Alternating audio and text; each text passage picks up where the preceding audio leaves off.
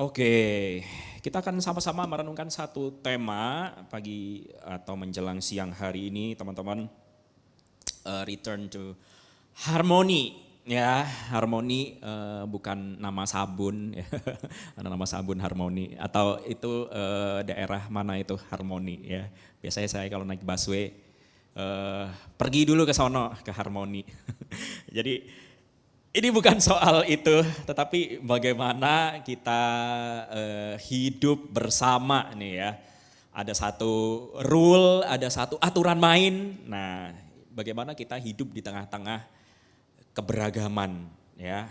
Nah, bicara tentang hidup bersama teman-teman, kita manusia kan memang nggak pernah bisa hidup sendiri ya. Bahkan dari lahir pun kita nggak pernah sendiri begitu ya. Kita hadir ke dunia, kita perlu orang lain, kita perlu papa mama kita begitu ya. Bahkan sejak dalam kandungan kita itu nggak pernah sendiri, kan nggak ada ya yang mamanya melahirkan kita, mungkin sekalipun itu bayi tabung gitu, tetap perlu ada mama begitu. Nah firman Tuhan mengatakan satu ini ya, bagian ini dari Pengkhotbah pasal 4 ayat yang ke-9. Dikatakan berdua itu lebih baik daripada seorang diri. Nah, kalau ini berbicara tentang upah begitu ya atau kerjasama, karena mereka menerima upah yang baik dalam jerih payah mereka. Nah, kalau dilanjutin ayat 10, karena kalau mereka jatuh yang seorang mengangkat temannya, tetapi why orang yang jatuh yang tidak mempunyai orang lain untuk mengangkatnya. Jadi firman Tuhan menggambarkan bahwa kehidupan yang berdampingan, kehidupan yang ada sama-sama dengan orang lain itu jauh lebih baik, jauh lebih indah daripada kalian atau kita ini hidup sendirian untuk diri kita sendiri. Ya, karena di dalam kebersamaan dengan orang lain itu kita semakin diasah. Kalau ada satu bagian firman Tuhan mengatakan besi menajamkan besi, manusia itu menajamkan sesamanya ya. Jadi di tengah-tengah itu kita saling menajamkan dan sesama orang percaya itu kita orang percaya dipanggil untuk mencerminkan atau merefleksikan karakter Allah. Ya, jadi masing-masing kita bisa melihat ada Allah di dalam diri kita. Ya, di dalam diri kita masing-masing sama-sama orang percaya kita merefleksikan kasih Allah itu. Nah, bagaimana kita hidup di dalam tengah-tengah komunitas gitu ya. Ada rekan, ada sesama orang percaya dan Tuhan katakan itu adalah sesuatu yang baik ya firman Tuhan baik di Pengkhotbah atau yang ada di misalnya Mazmur ya Mazmur 133 bahwa keadaan yang hidup rukun bersama itu sesuatu yang baik ya sesuatu yang bahkan dikatakan sangat baik. Nah teman-teman kita berangkat dari satu komunitas yang kecil ya. Ketika kita lahir, kita ada orang tua, papa, mama. Mereka komunitas pertama kita gitu ya. Mama kita, bahkan kita itu pertama-tama itu adalah bagian dari tubuhnya mama begitu kan. Kita semua dikandung pasti dari mama. Kita sama-sama ada sama mama gitu ya, berdua tapi jadi satu.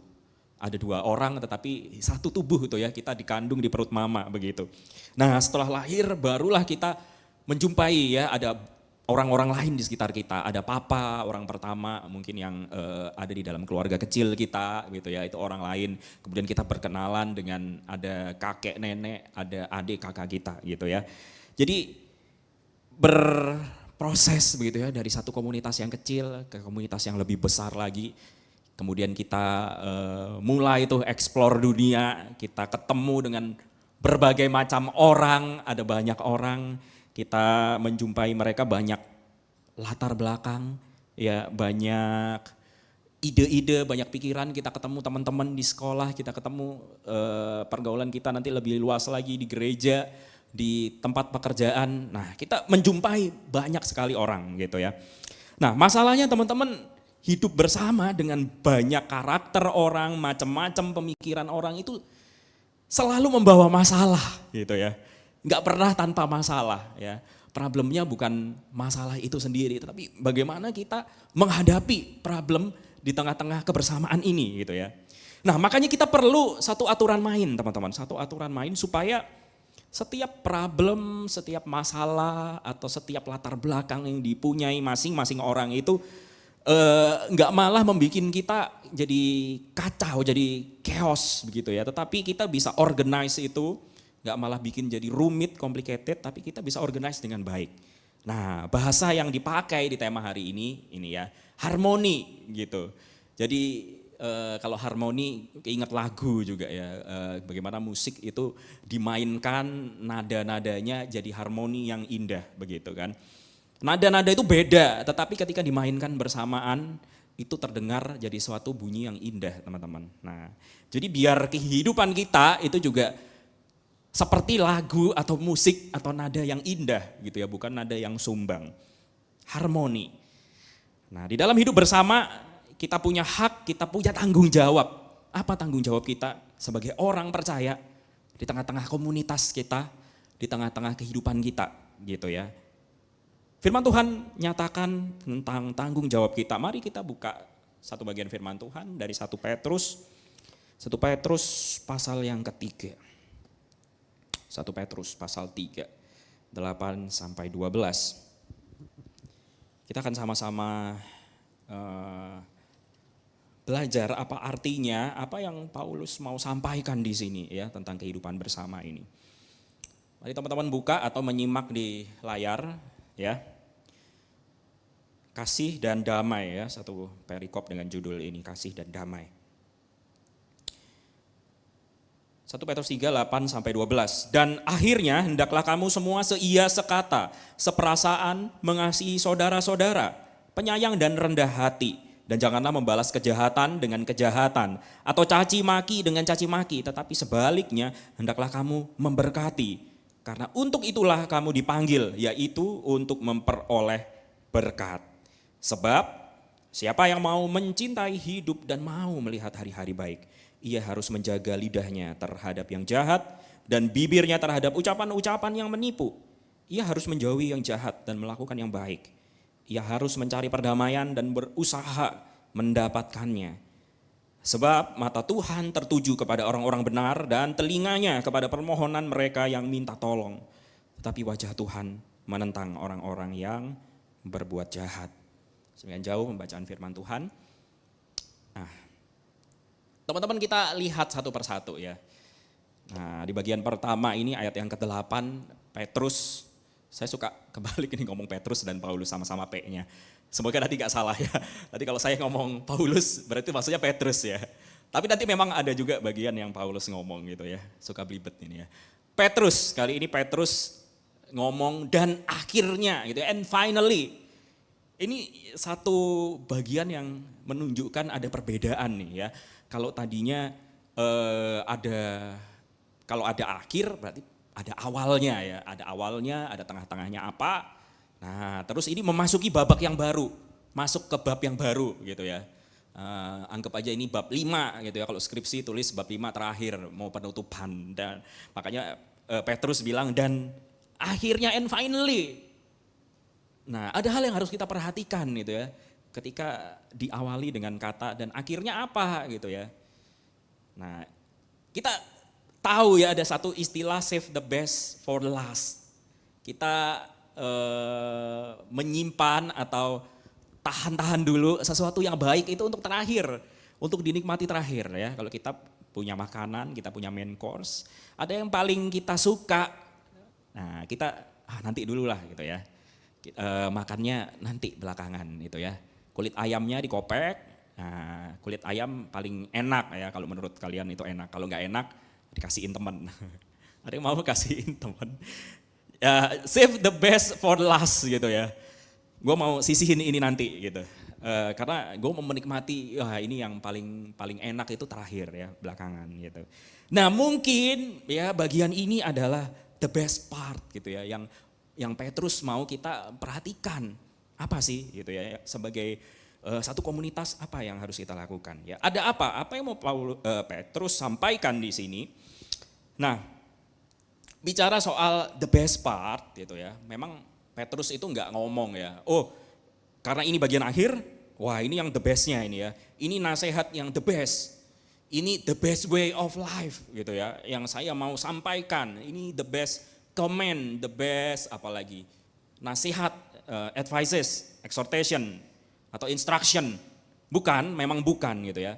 Tapi kalau kita melihat perikop sebelumnya gitu ya, di situ pasal 3 misalnya ya teman-teman, tetap boleh buka Alkitabnya, pasal 3 awal itu Petrus membahas tentang bagaimana hidup atau membangun relasi suami dengan istri gitu ya. Ini satu komunitas dalam lingkup yang kecil ya.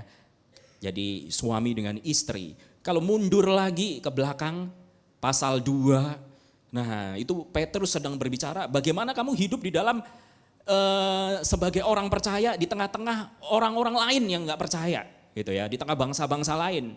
Bagaimana kamu harus hidup, bagaimana kamu harus menampilkan kasih supaya orang tahu bahwa kamu adalah murid Yesus. Begitu ya.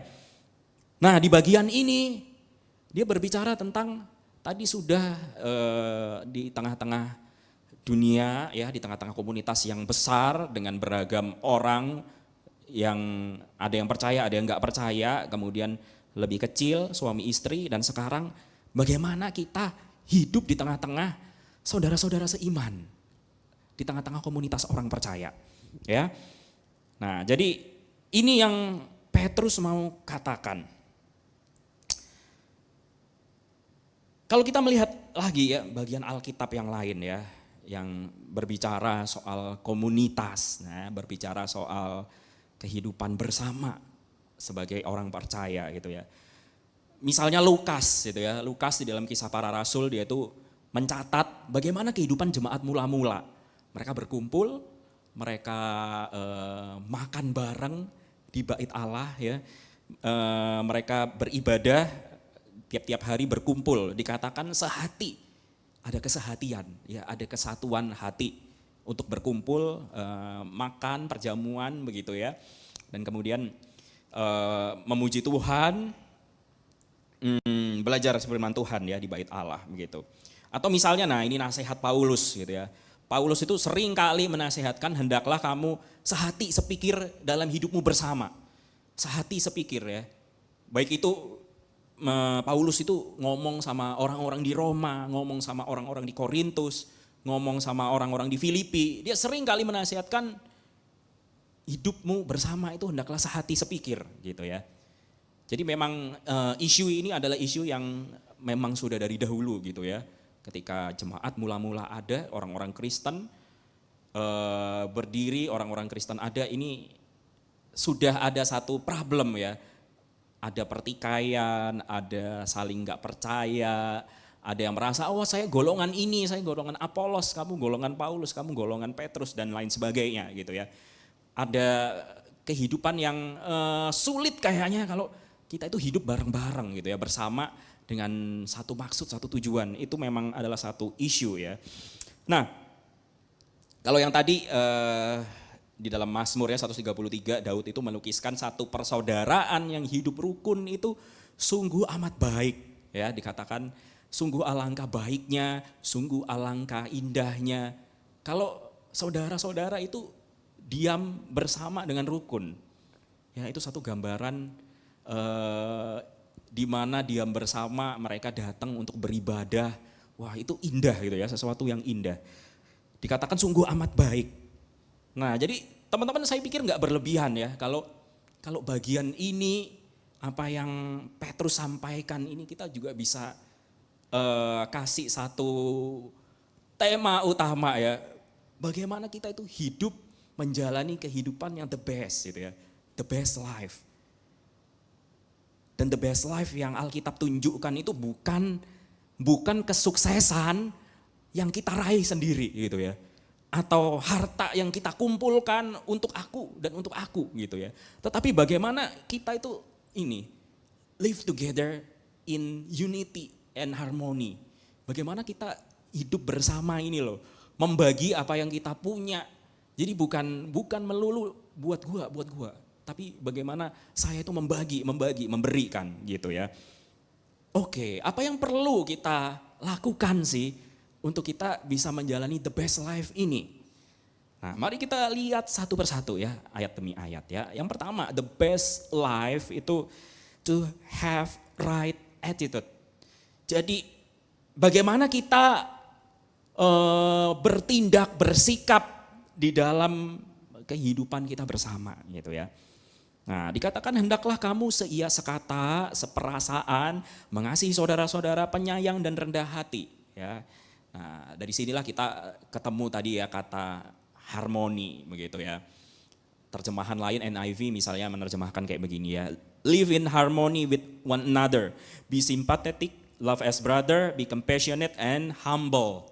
Nah, kita ketemu ini jadi judul tema kita hari ini return to harmony itu dari ayat ini gitu ya. Muncul kata harmoni. Teman-teman, saya pikir ini salah satu hal yang sulit ya. Sulit, kita harus akui untuk hidup bersama itu enggak mudah ya. Kita mengatur relasi kita, hubungan kita dengan sesama itu dengan harmonis gitu. Itu jelas-jelas ada banyak kepala, ada banyak pemikiran, ada banyak ide-ide, ada banyak latar belakang, ada berbagai masing-masing orang punya motivasi, punya kebutuhan-kebutuhan yang beda-beda gitu ya. Nah, gimana kita bisa menyelaraskan hal itu gitu ya.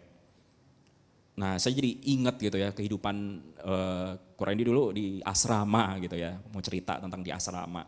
Di asrama dengan berbagai orang yang beda, ada yang jorok, ada yang macam-macam gitu ya. Ada yang benar-benar joroknya itu nggak ketolongan gitu. Maksudnya apa ya? Dia sebenarnya bukan jorok mungkin ya. Dia punya problem misalnya ini ya, masalah bau kaki gitu ya. Wah, itu benar-benar deh.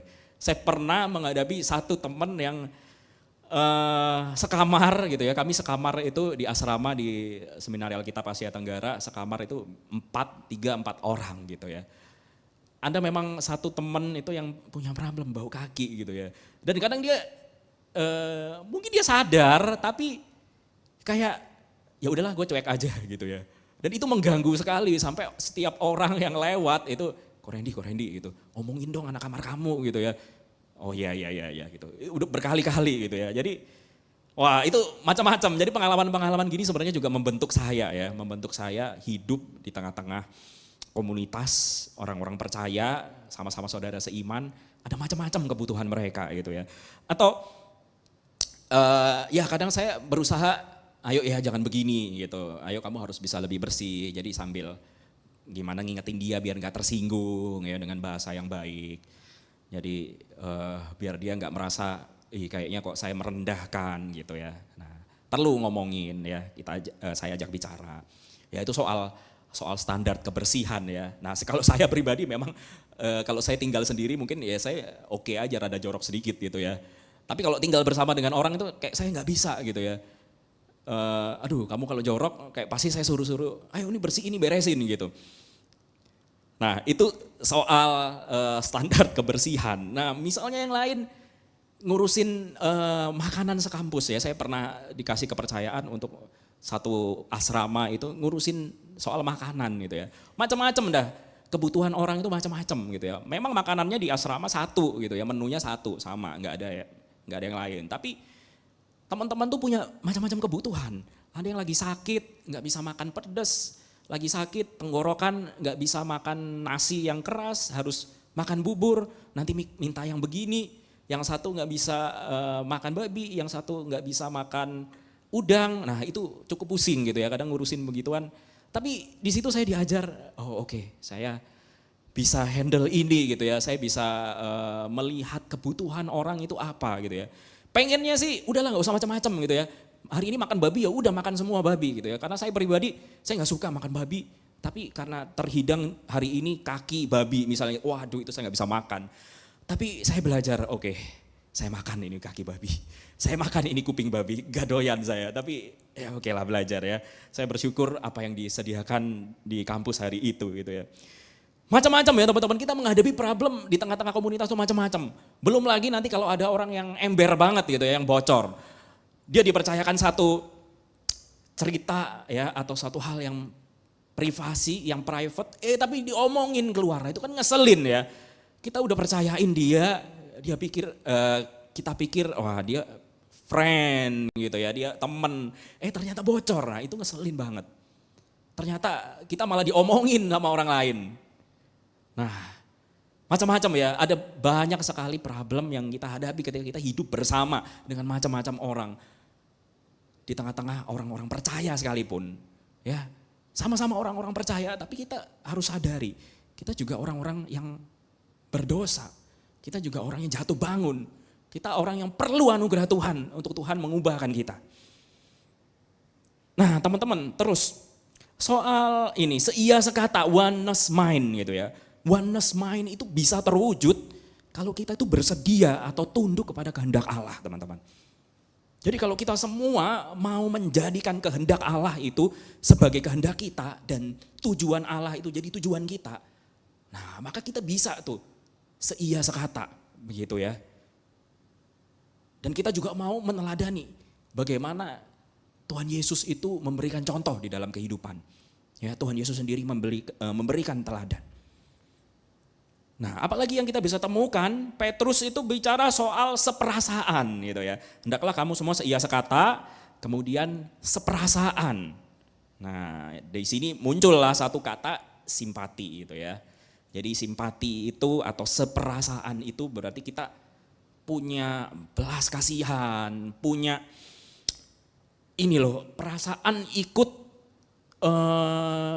menderita, ikut merasakan sakit kalau teman kita atau orang lain sakit, orang lain menderita ya. Jadi kita punya satu sikap yang digerakkan oleh pergumulan orang lain gitu ya. Kita melihat orang lain bergumul, kita melihat misalnya ada problem keluarga, teman kita atau saudara kita, ada problem relasi ya dengan temannya, dengan sesama, ada problem kesulitan ekonomi, dan lain-lain ya, lain sebagainya. Jadi satu simpati itu sikap yang digerakkan oleh ketika kita melihat kayak gini tuh bagaimana gitu loh. Apa respon kita? Teman-teman, salah satu hal yang penting ya, kalau kita itu mau bertumbuh, kalau kita itu mau mengenal Yesus, mau mengenal Tuhan, kita tuh gak bisa lepas. Gak bisa lepas dari apa? Mengenal dan mengasihi saudara kita seiman. Ini uniknya iman Kristen ya, iman Kristen tuh gak pernah betul kita percaya itu adalah antara kita dengan Tuhan, ya Tuhan yang saya percayai. Tapi selalu ada aspek horizontal dengan sesama. Kita nggak bisa loh ngomong kita mengasihi Tuhan tanpa kita peduli mengasihi sesama kita gitu. Nah berikutnya teman-teman, ada satu kata lagi, penyayang atau penuh kasih atau compassionate nih ya terhadap satu sama lain. Nah ini paling mudah dijelaskan dengan lawan katanya ya. Lawan katanya penyayang, compassionate, penuh kasih ini berhati dingin. Alias kita itu nggak peka sama apa perasaan orang lain gitu ya. Kita nggak peka dengan kebutuhan orang lain, kita nggak peka dengan perasaan orang lain. Nah teman-teman, kalau kalian ya atau saya mungkin ya, saya nggak tahu, saya dulu aslinya pendiam sih, saya dulu aslinya introvert gitu ya. Tapi ya makin kesini makin ekstrovert gitu. Ya itu lain hal gitu ya. Tapi kalau mungkin teman-teman merasa saya orang yang introvert, saya ini pendiam, saya nggak terlalu oke bersosialisasi dengan teman gitu ya. Itu boleh-boleh aja gitu ya. Tapi jangan kita itu jadi orang yang nggak peka teman-teman. Orang yang nggak peka, yang nggak peduli, yang gue cuek gitu ya. Nggak mau tahu apa yang orang lain hadapi. Apa yang ada di sekitar kita, kita tutup mata aja. Nah ini bukan karakter Kristen teman-teman. Mari kita mau minta Tuhan ubahkan saya. Kalau saya orang yang gak peka, kalau saya gak bisa melihat kebutuhan orang lain, mari kita minta Tuhan ubahkan kita. Nah yang terakhir dari ayat yang ke-8 ya, belum terakhir, belum selesai ya khotbahnya. Rendah hati ya, rendah hati. Ini kebalikan dari kesombongan diri ya, atau kebanggaan diri yang pusatnya itu saya gitu ya. Pusat kehidupan itu saya, egosentrisnya kuat banget. Jadi rendah hati itu kebalikannya gitu ya. Kita perlu mengembangkan, kita perlu punya sikap, kita baik, kita sopan kepada orang lain dan enggak berpikir terlalu tinggi gitu ya. Melebihi apa yang ada pada diri kita. Atau kita tuh kadang suka merasa kayaknya gue better lah dari orang itu gitu ya. Gue bisa ini, bisa itu gitu. Nah, firman Tuhan mengatakan jangan kita berpikir lebih daripada itu lebih tinggi ya, atau berpikiran terlalu tinggi. Kalau ini kata aslinya rendah hati itu humility mind, humbleness mind gitu ya, pikiran yang nggak muluk-muluk gitu loh, yang udah pas aja gitu ya. Nggak kita itu menyombongkan diri gitu ya, walaupun mungkin kita nggak ngomongin, nggak terbuka secara verbal, kita ngomongin ke orang lain, oh gue gini, enggak. Tapi kan kita punya perasaan kayak begitu gitu ya. Nah, jadi rendah hati teman-teman, bukan rendah diri ya. Kita nggak usah bahas rendah diri gitu ya. Rendah hati, kita perlu punya kerendahan hati. Nah, oke, apa yang kita harus perhatikan lagi ya untuk kita punya the best life ini ya. The best life itu to give the right response. Nah, yang kedua ayat yang ke-9 begitu ya. Mari kita perhatikan lagi. Dan janganlah membalas kejahatan dengan kejahatan atau caci maki dengan caci maki, tetapi sebaliknya hendaklah kamu memberkati. Karena untuk itulah kamu dipanggil, yaitu apa? Untuk memperoleh berkat. Teman-teman, bagi saya ketika baca ini yang pertama tadi udah susah, yang ini kayak lebih susah lagi, ini paling sulit gitu ya untuk dilakukan. Karena ayat 9 ini menurut saya sama sekali nggak manusiawi begitu ya. Membalas kejahatan dengan kejahatan, jangan membalas kejahatan dengan kejahatan, caci maki dengan caci maki. Kenapa? Karena ini hal yang ilahi, bahkan ini yang diteladankan Yesus sendiri di dalam kehidupannya gitu ya. Hal ini seringkali bertentangan teman-teman dengan natur atau sifat kita manusia begitu ya. Karena kalau kita disakiti itu kan pengennya bales. Atau mungkin kalau kita nggak bisa bales, atau kita nggak kuat, atau kita nggak berani, masa saya anak Tuhan saya bales-bales gitu ya. Tapi dalam hati kecil tuh rasanya kan pengen ya gitu. Pengen kayaknya kalau gue disakiti, at least lu juga merasakan apa yang gue rasain gitu kan. Kayak kita pengen bales. Mungkin kita doa, Tuhan biar dia tahu deh rasanya sakit hati saya gitu. Atau biar dia ngalamin yang jelek aja gitu ya. Nah, ada satu lagu yang bisa play nggak? Ada satu lagu yang ini sebenarnya sindiran sih buat kita orang Kristen. Please play. Tahu lagu ini nggak?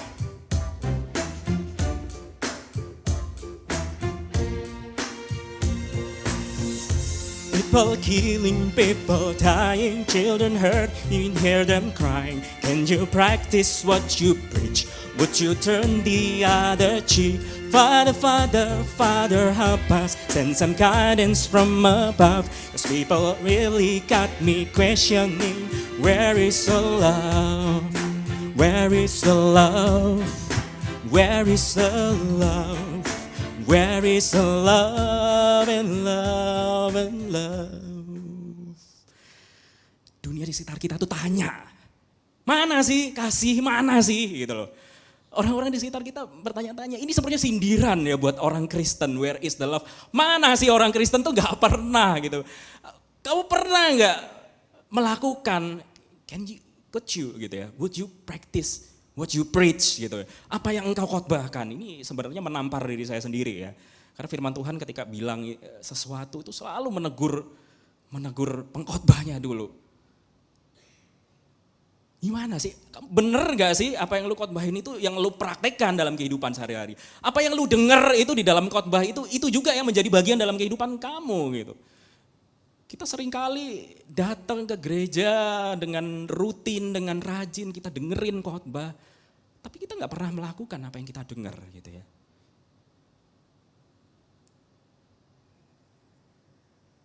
Sehingga dunia sekitar kita gak melihat Tuhan Yesus.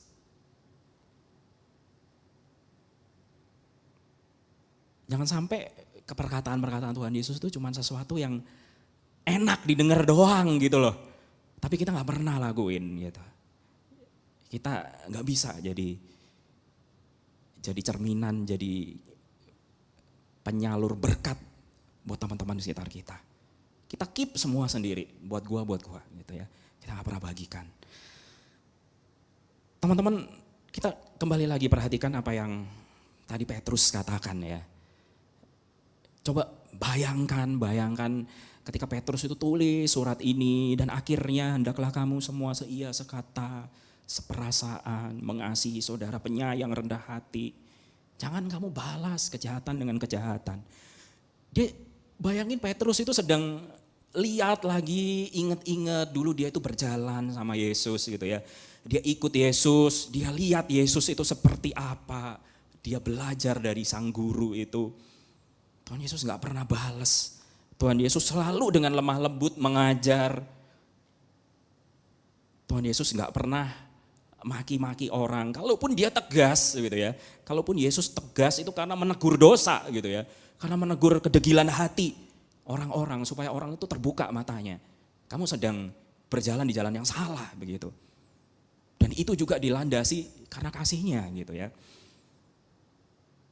Dan puncaknya teman-teman, Tuhan Yesus itu harus menanggung salib itu. Dia enggak balas sama sekali loh.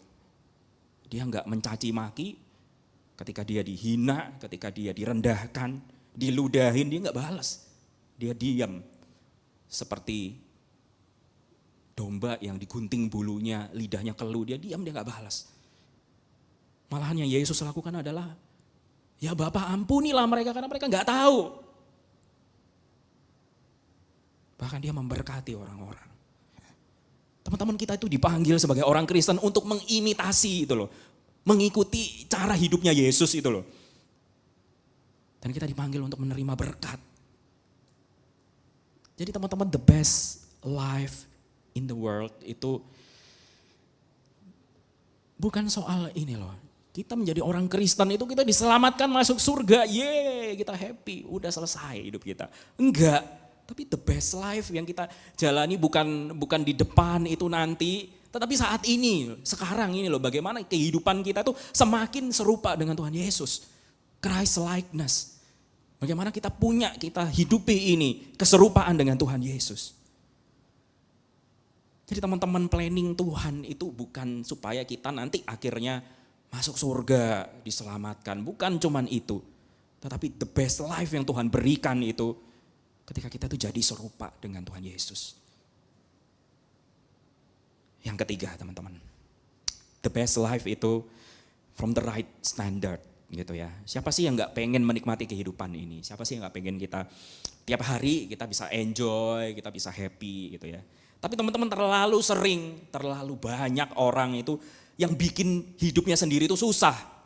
Dengan apa? Dengan sikap-sikap yang gak benar. Ya, kita tuh lebih suka memilih sesuatu yang mempersulit kita gitu ya, daripada yang membuat kita gampang.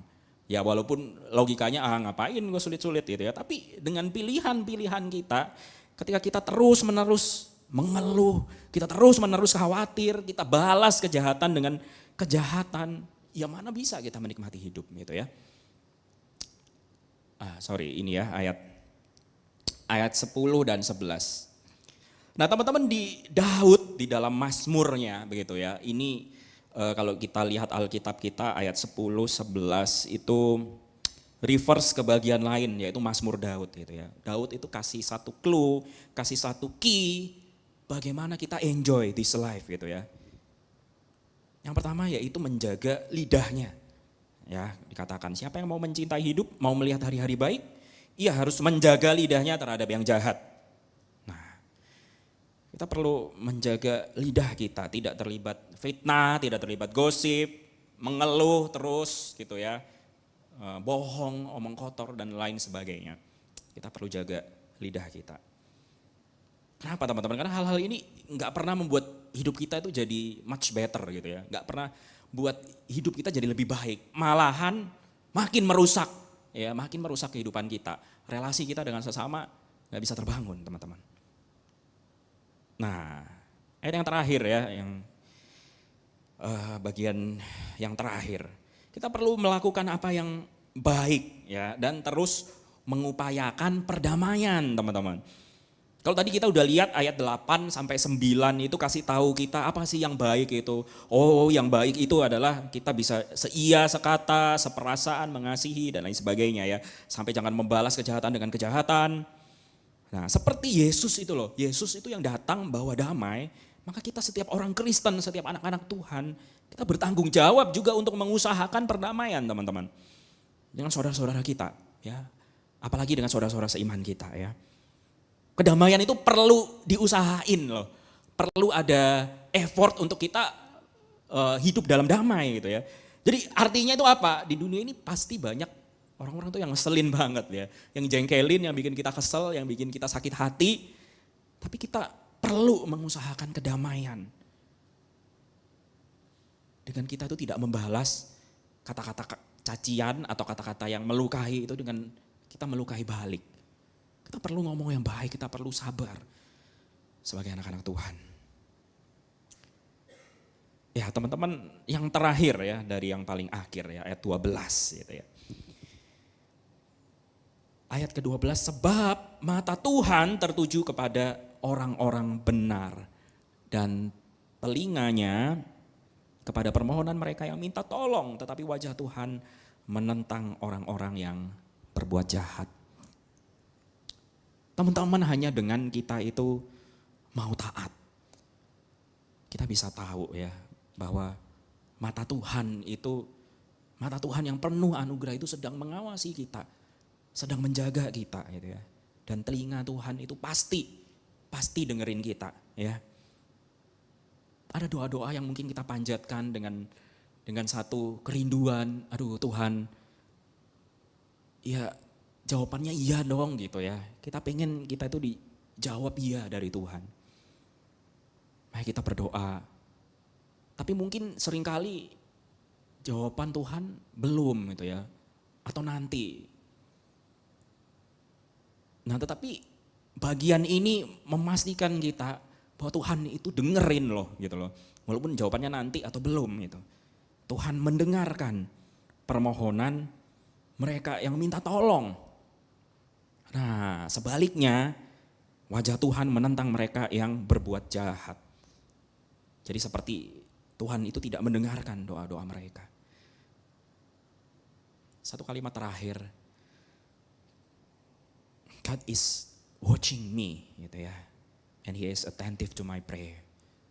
Tuhan itu melihat kita, mata Tuhan tertuju kepada kita kalau kita mengupayakan perdamaian itu.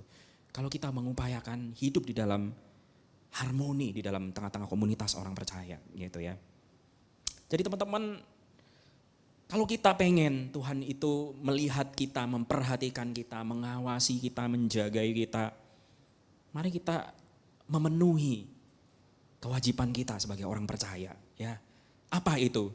Live in harmony bersama-sama dengan saudara-saudara kita di dalam Tuhan Yesus Kristus gitu ya. Dengan demikian kita itu bisa enjoy the best life ever.